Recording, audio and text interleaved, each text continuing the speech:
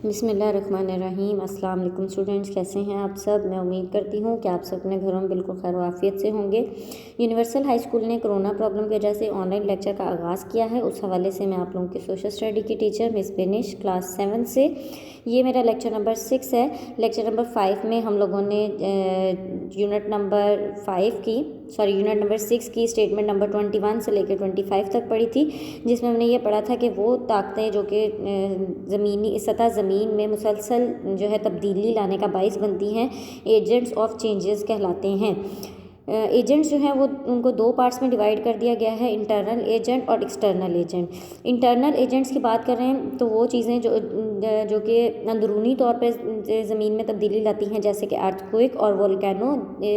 ये वो दो एजेंट्स हैं जो कि अंदरूनी तौर पे ज़मीन में तब्दीलियाँ लाते हैं।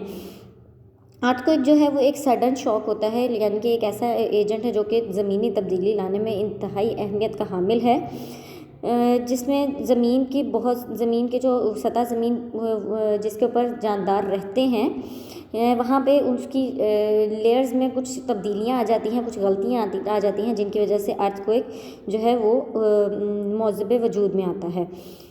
इसके साथ मैंने आप लोगों को एक होमवर्क दिया था। होमवर्क में आप लोगों ने चैप्टर नंबर 6 का क्वेश्चन करने थे, जो कि स्टेटमेंट नंबर 21 से लेकर 25 में से क्वेश्चन नंबर 10 बनता है, what is the agents of change. इसका आंसर था the force which cause gradually changes on the surface of the earth are called agents of changes. Question number 11 है, how many parts of agents. Answer बनता है agents are divided into the two parts, internal agents, number 2 external agents. Question number 12 है, define internal agents. Answer है internal agents are number 1 earthquake, number 2 volcanoes. Question number 13 है, what is earthquake. Answer है earthquake happen along fault lines in the earth crust. ये आप लोगों का homework था, जो कि आप लोगों ने करना था। ये तमाम काम आप लोगों ने एसएसटी के रजिस्टर पे करना है और लाइन वाइज ये सारे क्वेश्चंस आप लिखोगे। जितने भी चैप्टर नंबर 5 के तमाम लेक्चर्स में जितने भी क्वेश्चंस बनते हैं उनको आपने लाइन वाइज लिखना है। इसीलिए मैंने आप लोगों के नंबरिंग भी इसी तरह से दी है, ताकि आप लोगों के नेक्स्ट लेक्चर की नंबरिंग क्वेश्चन की एक्यूरेट रहे। तो आप लोगों ने ये तमाम क्वेश्चन जो है वो याद कर लेने हैं, और साथ में आप लोगों ने जो इसके अलावा जो रह जाती हैं स्टेटमेंट नंबर 24 रह गई है, उसको आप लोगों ने एज ए MCQs याद करनी है। उसको आप लोगों ने स्किप नहीं करना, उसको आप लोगों ने MCQs के लिए याद करनी है। इसके बाद हम अपने लेक्चर नंबर 6 की तरफ आ जाते हैं। लेक्चर नंबर 6 स्टार्ट करने से पहले तमाम बच्चे अपने नोट्स ओपन करें। पेज नंबर 6, चैप्टर नंबर 6 हम लोग पढ़ रहे हैं, जिसकी आज हम लोगों ने स्टेटमेंट नंबर 26 से लेकर 30 तक की रीडिंग करनी है। सबसे पहले हम स्टेटमेंट नंबर 26 से रीडिंग कर लेते हैं। 26, the intensity of an earthquake can be measured. One measurement is called the Richter scale. Number 27, earthquake below 4.0 do not cause damage, but over 5.0 cause damage, and below 2.0 earthquake cannot be felt. Number 28, landslide is the rapid downward movement of the mass of rock or solid.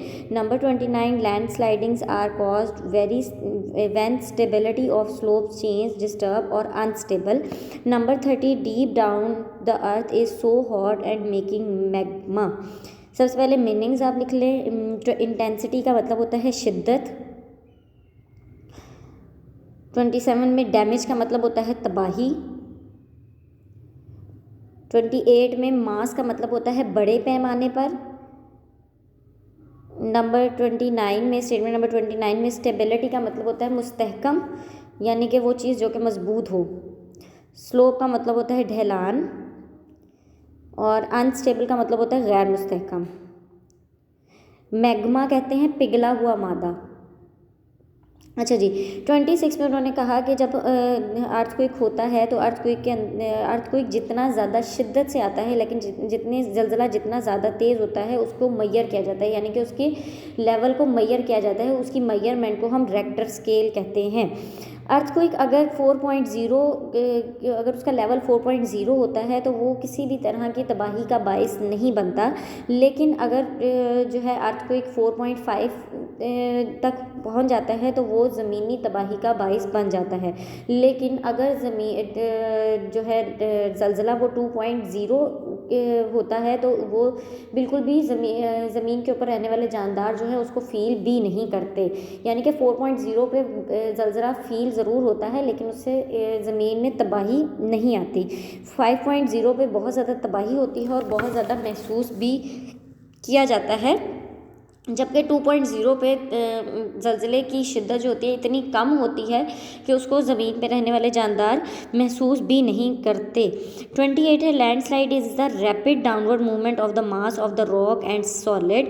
यानी कि landsliding क्या होती है, landsliding किसी भी पत्थर या किसी भी सख्त चीज़ की बड़े पैमाने पर एकदम से अचानक से नीचे की तरफ जो है उसकी जो हरकत शुरू हो जाती है उसको हम लैंडस्लाइडिंग कहते हैं। लैंडस्लाइडिंग जो होती है वो किसी भी ढलान के अनस्टेबल हो जाने से, यानी कि उसकी जो उसका वज़न है वो अपनी जगह पे जहाँ पे वो फिक्स हुआ है वहाँ से वो हिल जाता है या उसमें किसी तरह की तब्दीली आ जाती है। इस तरह की जो तब्दीली एकदम से आ जाती है वो लैंड स्लाइडिंग की अनस्टेबिलिटी का बाइस बनती है। नंबर 30 है deep down the earth so hot and making magma. उनका जिस तरह हम ज़मीन के नीचे जाते हैं जो दर्जा हरारत है वो ज़्यादा से ज़्यादा होता जाता है और दर्जा हरारत ज़्यादा होने की वजह से नीचे के जो पत्थर हैं वो पिघलना शुरू हो जाते हैं और एक पिघला हुआ मादा बन जाता है जिसको हम मैग्मा कहते हैं। लेक्चर नंबर 6 हमारा यहीं तक था। उम्मीद करती हूँ कि आप सब बच्चों को लेक्चर नंबर 6 समझ आ गया होगा।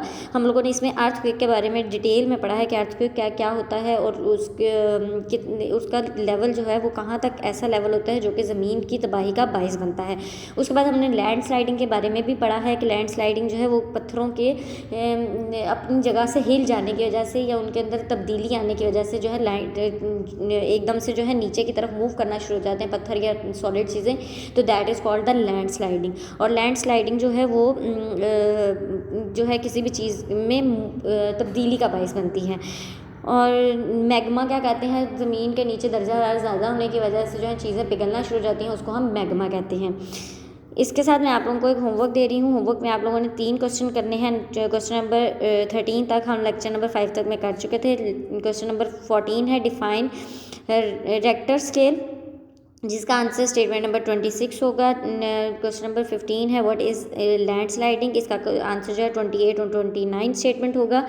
क्वेश्चन नंबर 16 है हाउ इज़ मैग्मा फॉर्म्ड, इसका आंसर स्टेटमेंट नंबर 30 में मौजूद है। आप लोगों ने ये तमाम क्वेश्चन जो हैं अपने रजिस्टर पे करने हैं और साथ ही आप लोगों ने जो बाकी की स्टेटमेंट रह जाती हैं इसमें 27 वाली स्टेटमेंट कवर नहीं हुई है, उसको आप लोगों ने एज ए MCQs याद करनी है। इंशाल्लाह लेक्चर नंबर 7 में हम लोग स्टेटमेंट नंबर 31 से लेकर 35 तक की रीडिंग करेंगे। अल्लाह पाक आपको और आपके घर वालों को अपने ज़ुबान में रखे। अल्लाह हाफिज़।